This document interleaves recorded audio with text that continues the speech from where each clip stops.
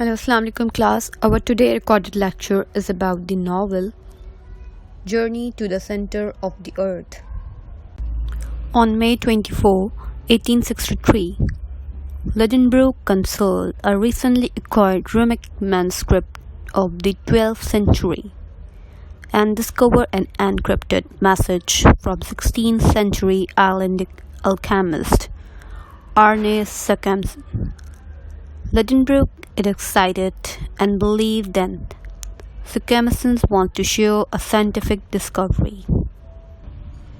The professor wants to decipher the message but has trouble doing so. Luckily, Axel managed to decrypt the document. Arne Sakhamsson reports that the traveler who climbed up on the crater of the Snæfell volcano can get into the center of the earth. He apparently undertook his journey himself. Axel knows that his uncle will want to make a similar attempt and decides not to tell him of the find, but eventually gives in. Lidenbrock immediately starts planning the journey and tells his nephew to come along as well. Lidenbrock immediately starts planning the journey and tells his nephew to come along as well. Axel is reluctant until his fiancée Graben, his uncle Watt, tells him that he ought to make the excursion short journey. Lidenbrock and Axel leave Hamburg and travel to Iceland.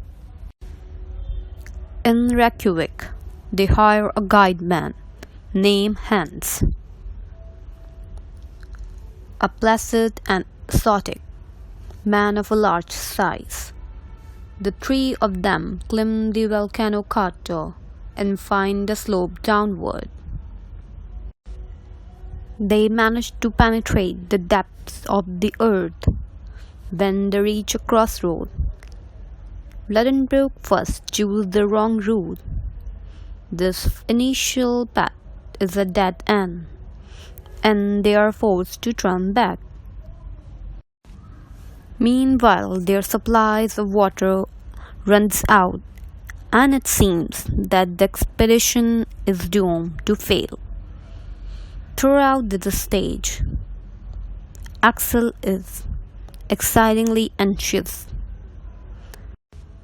He is intrigued, though he and his fellow adventurers seem to be venturing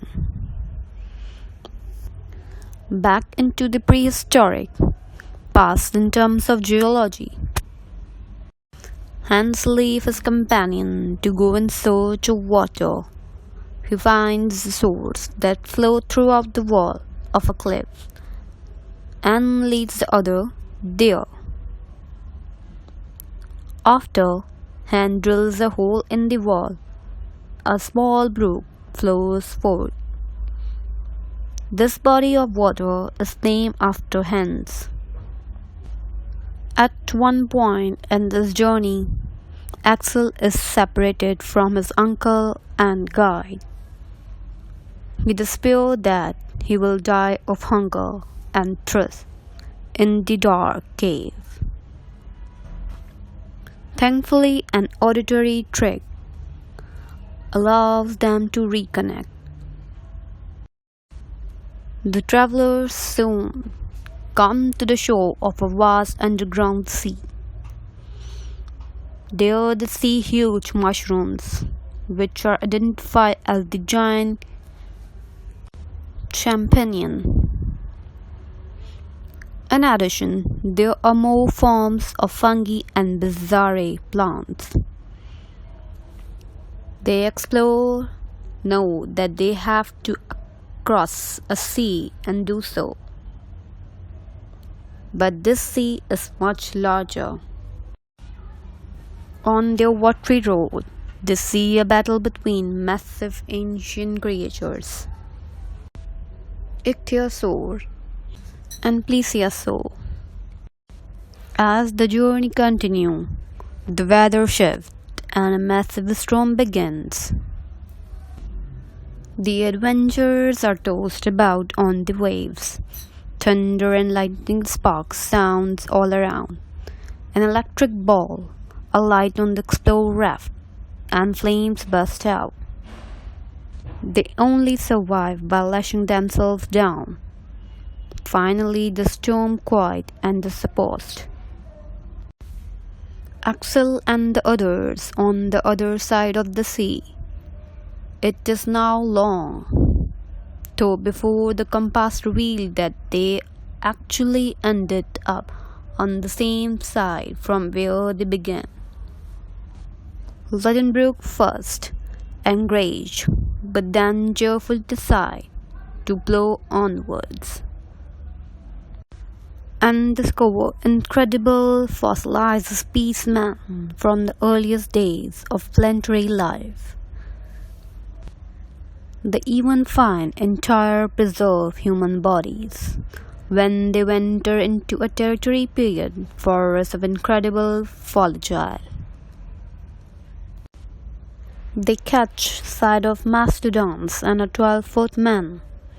Not wanted to be detected, Axel and his companions flee quickly. They also discover a rustic knife and a marking on rocks. Sukhemason was there and had found the route to the center. It is a twist of fate that the storm actually brought the expedition back to where it needed to be. Axel and his companion continue along Sukhemason's path, but they are stopped by a huge blunder. They must have lodged into the passageway sometime between his journey and their own.